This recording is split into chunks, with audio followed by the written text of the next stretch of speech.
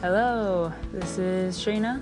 I thought it would be really awkward to take a video while we're boarding the aircraft because it's like a regular airplane that anyone would take, so the only difference would be that everyone's going to be in uniform on board.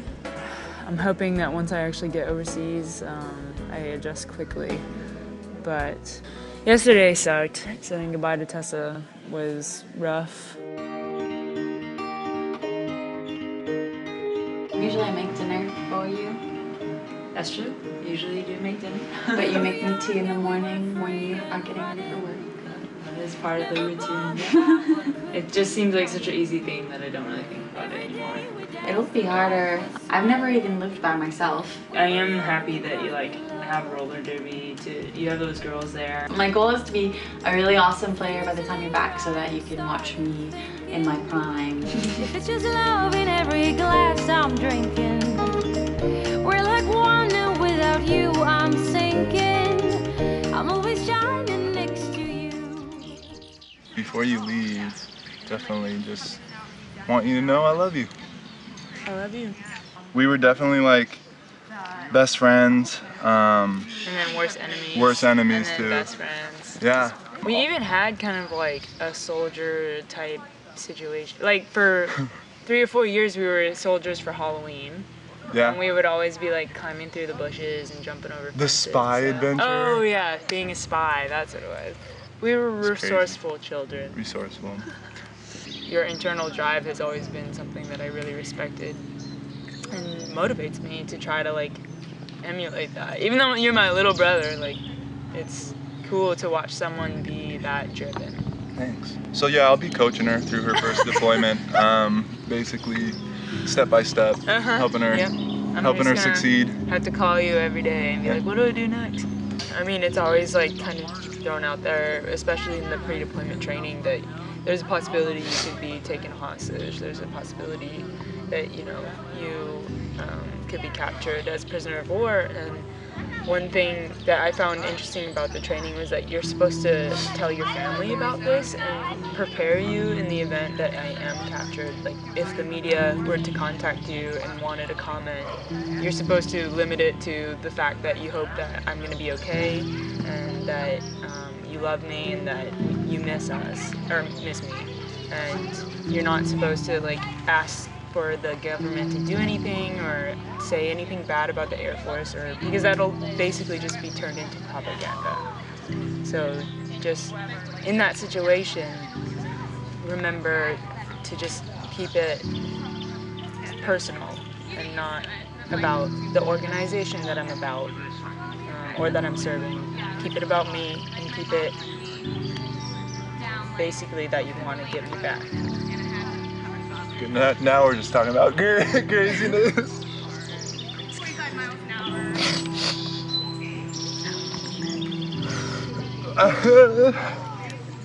It's a small chance that that would happen, but it's just something you gotta think about.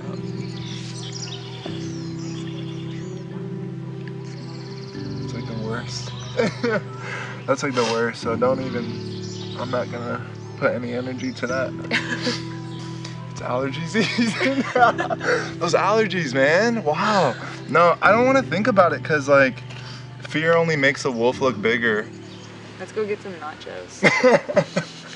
My parents always encouraged the military as an option because my dad was Army enlisted, and my response was always, Dad, I'm not going to be in the military, but here I am. It is pretty difficult to get into the Air Force Academy because of the amount of people that apply, but it's all paid for, so it was like a really great way to get college paid for and to have a job guaranteed after college. I was in the Navy, and I joined to see the world. You know, that was the late 60s, early 70s. I was like a little hippie. And my mother was like, no, you don't. And she showed me a letter from one of my friends who was in Greece and in the Navy. And I was like, oh my God, I'd love to go there. So I went out and I talked to the recruiter, signed up. I was at boot camp like 2 days later. I wanted to be an air traffic controller. Unfortunately, women at that time were not allowed. They were only allowed to be typists and medical personnel. So I had to type. I don't want to type. When I was in high school, beginning of it, I did not know what I was going to do with my life. And 2 months into my senior year, a recruiter called me up. Hey, would you like $40,000 for college? And I just felt like joining the military would put the burden of college on my Uncle Sam instead of my mom. So my summer after high school, I was doing my boot camp thing.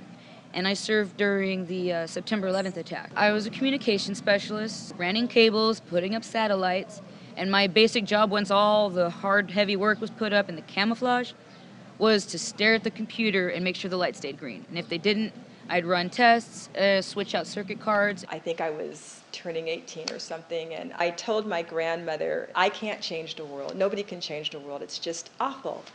And she said, your job is not to change the world.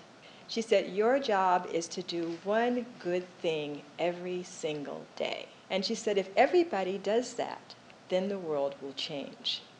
So that's been my mission.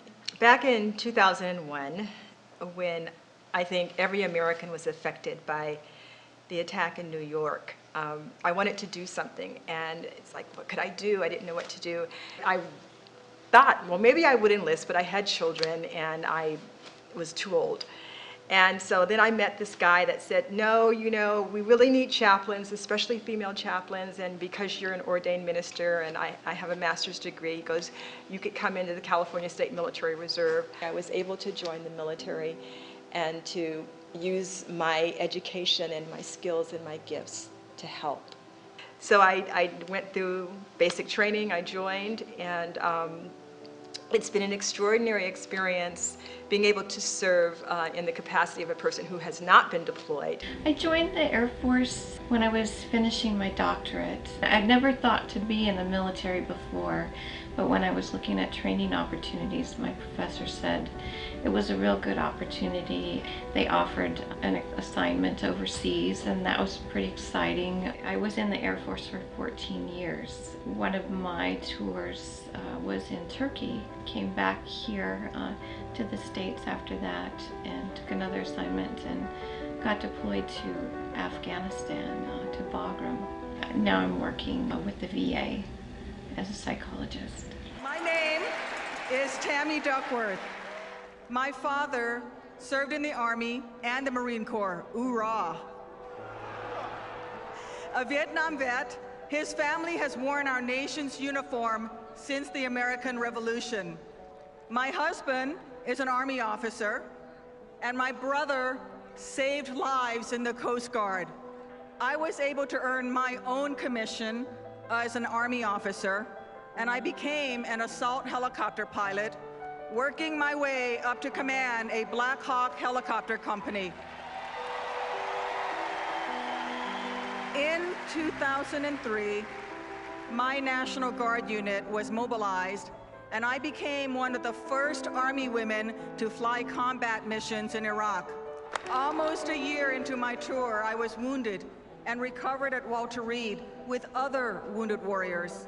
Some of us had obvious injuries. Others had scars on the inside that were less visible, but no less real. At the hospital, I realized my new responsibility to honor the buddies who saved me by serving our military men and women. And I became the director of the Illinois Department of Veterans Affairs. Don't you think it's time that we stopped being surprised that America's daughters are just as capable of doing their jobs and defending liberty as her sons? I always want to join the military to see the world. So my brother was in the military and I just managed to join him and I signed up for the Navy. I was expecting to join the military to become a computer specialist and doing something that I thought I would really, really love to do and perhaps looking forward to make a career out of it. And as I move on and going through all those trainings in the boot camp and all those trainings for my job, and I realized that, oh my God, this is not what I really want to sign up for. The lifestyle completely blew my mind because what we've learned in the boot camp pretty much is not exactly the same what I expected being on a ship when we're deployed.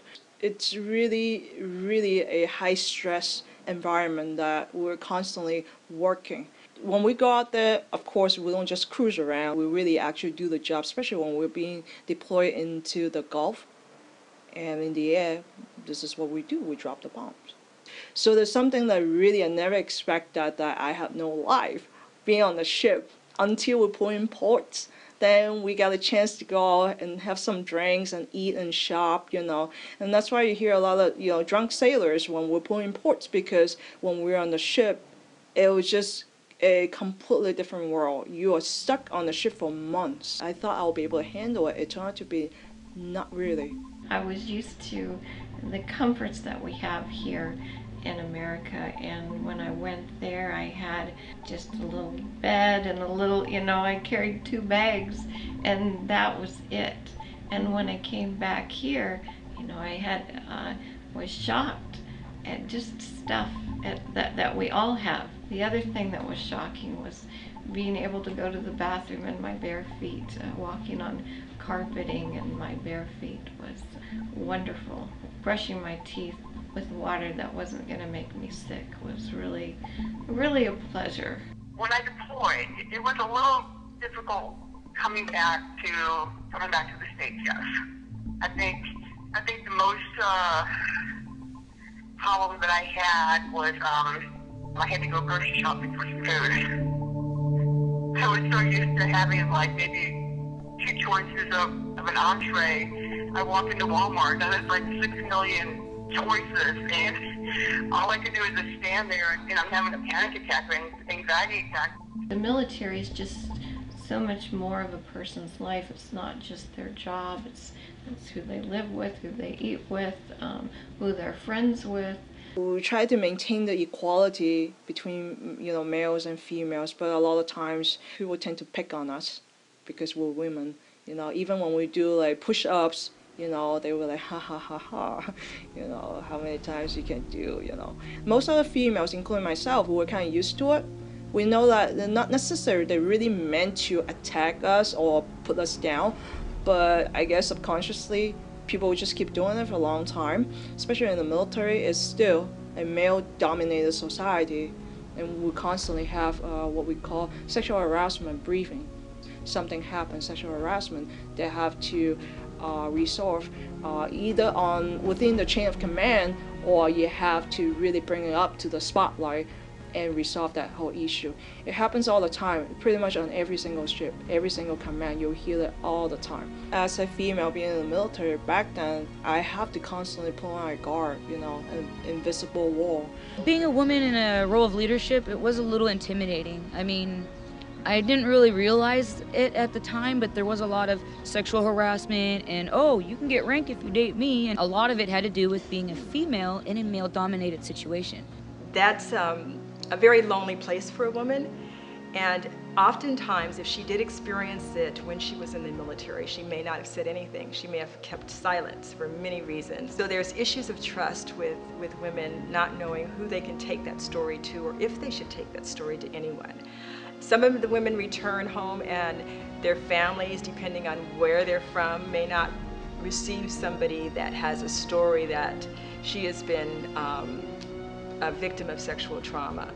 And so there's a silence, and sometimes it's a deadly silence. They often went through a lot in the investigation process. For a woman to come forward, her background is extensively investigated.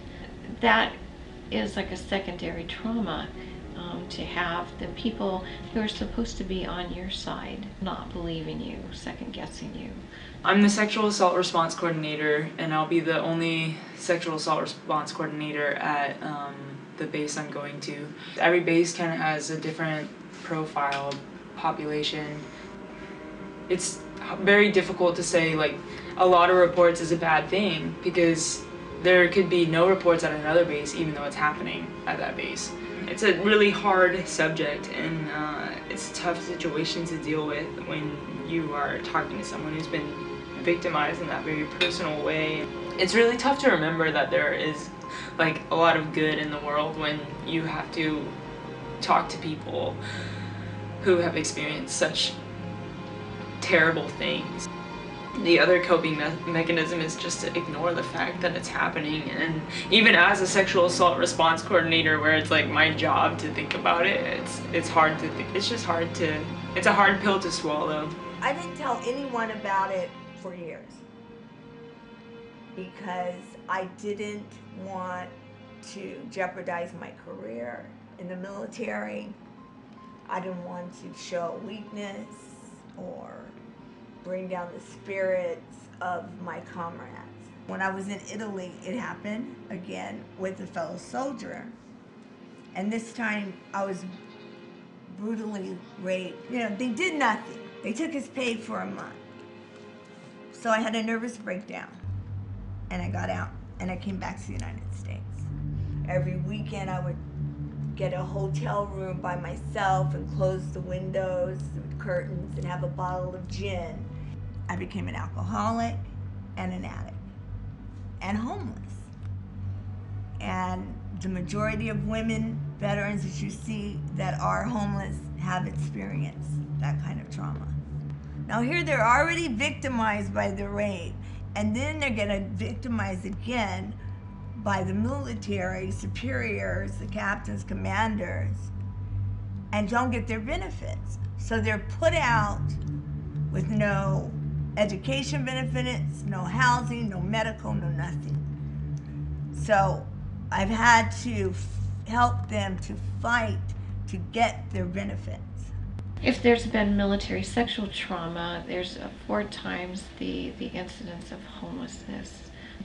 But that's not the only reason for homelessness. I think it's very complicated. I've been on and off homeless, I don't know, 5 or 6 times now. I was homeless for 12 years because I have gone through the ropes of getting all my benefits, my education, my house, all the benefits that the VA owes me I got. I try and let all the women know how to go about getting it and what they deserve. A female veteran returning who is a single parent, and I've talked to several of them, and if they don't have a job, if they don't have education or skills that are transferable to get them a job, it's really hard. It's really hard to come back or to go to war and to serve your country and then come back for a man or a woman and there's no employment, or there's housing issues, or they come back to a community that's torn up, that's not supportive, or that's not solid. And they may come back to children that are dealing with the isolation that they felt when their mom was gone or their parents were gone. And sometimes a woman comes back to a household where she's got a husband, when it's traditionally the husband that's gone off to war and the woman is at home. And that's like a changing role. And there's conflict in all of that. My first identity is being a mom. And so being away 6 months was a long time. It's just more difficult when the day actually comes. It's hard to leave your children with someone else, especially for married couples who are both deploying. And you really don't know what that's like unless you actually go through it. When I got back, it was like culture shock. Children, especially younger children, really don't appreciate what you've been doing. They just know that you've been gone. You've missed their birthday, or you've missed Christmas, or you've missed many times that they would have liked to have you there. The military tries its best to learn many different things to help children, to help families and parents through that time to keep connected with their children. And when they get back, things to do to help the family reconnect and get into a routine again. It wasn't easy. I mean, there was times when she came back from deployment. It was a shock to see her changed so much. She went from this goofy kind of person to this very serious, very short fuse, not a happy person. And I was glad she was out of that environment, because the person I knew her to be was buried by frustration and by anger and things like that. It's really a high stress environment that we're constantly working. Unlike like a civilian world here, you got 9-to-5 job, you get off from work, you can go home, do your own things.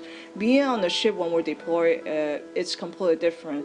It has a huge impact on every single family, and these families have to stay home and deal with it. And just what we call like suck it up, you know. You're in the military, you sign up for it, this is what you sign up for. My best friend, a very bright young lady, she's a mom of 2, working really hard, always striving for something better for herself, for her family, and for her children. She always got all kinds of medals and awards, you know, the Quality of Sailor, you know, you name it. Everybody knew about her.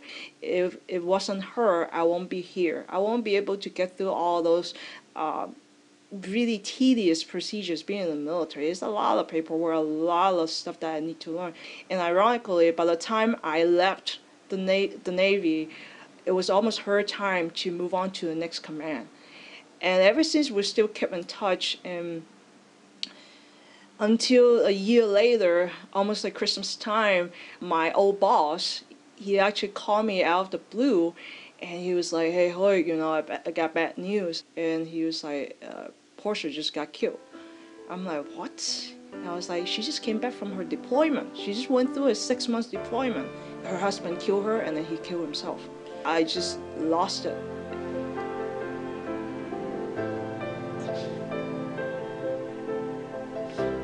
They were like a perfect couple at the command. Everybody knew about it.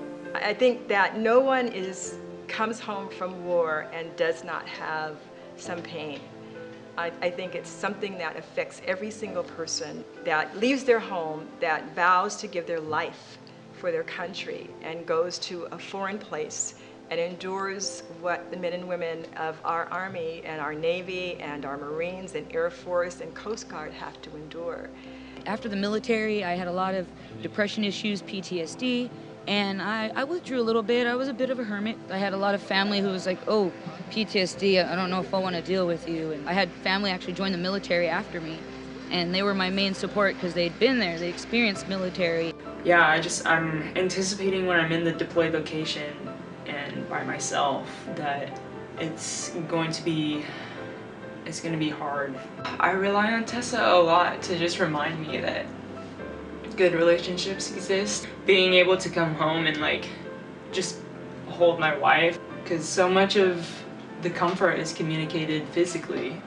I think it's hard to know that like you're going to be going through challenging things and I won't really understand what they are really, and nor can you like explain a lot of details without like breaking confidentiality, or like I don't even need to know what was going on. It's gonna be hard not to support you and to know that you're having a hard time. But I don't know how I feel about it. I haven't really like understood how it's gonna make me feel. I'm obviously just gonna feel a little bit like useless not being able to support you, but also like it's hard to just think about it all the time because you're not even, like, I can't text you throughout the day because you're going to be sleeping, and yeah. I don't know. It's an 11-hour time difference, so like when you're waking up, I'll be going to sleep. It'll be a hard challenge, I think, to transfer, to make the connection over FaceTime or yeah, that's true. blogs and emails. Well, it will definitely suck not to have my tea brought to me in the morning.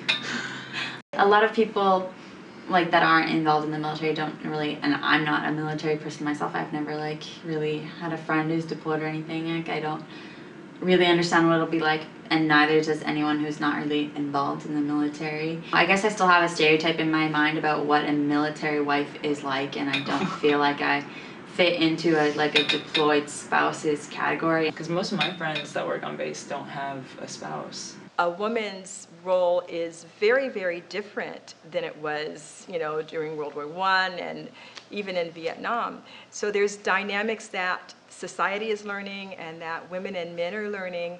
And yes, they are issues that are new to all of us, and the city does need to be prepared to address that and to be of service to the women veterans and men veterans. So in 1979, when I went to the VA with the nervous breakdown after that trauma, there were no services for women. specifically. They didn't know what to do with me. There wasn't a women's clinic. There was nothing. Since I started the program at U.S. Vets for women, more women have been able to get help. There's a women's clinic at the VA, at every VA now. A lot of women just don't want anything to do with the VA after they're out the military at all. There's a lot of programs, but sometimes it takes a little while to get into those. Job programs, education programs, but sometimes there's a gap and it's hard to make it from one to the next. My transition from the military to civilian life was rough, rugged, but I had help along the way. I started in an art therapy group called the Rock Club, so to speak, and while I was there in that office doing my rock therapy with the rocks, I saw a poster that said Rock for Vets music therapy program starting. And they did a benefit concert in the beginning of 2010, and at the end of September, October, we started a music therapy rock band called Rock for Vets. After we went from a choir program, the Rock for Vets group received a bunch of instruments, and we had a full-fledged rock band. It was a little intimidating at first, but the Rock for Vets gave me the confidence to carry it out into my, personal dreams and ventures of playing with my church band. And overall, it's that music therapy that just warmed my soul, and no matter what came through, I was able to endure and learn from it.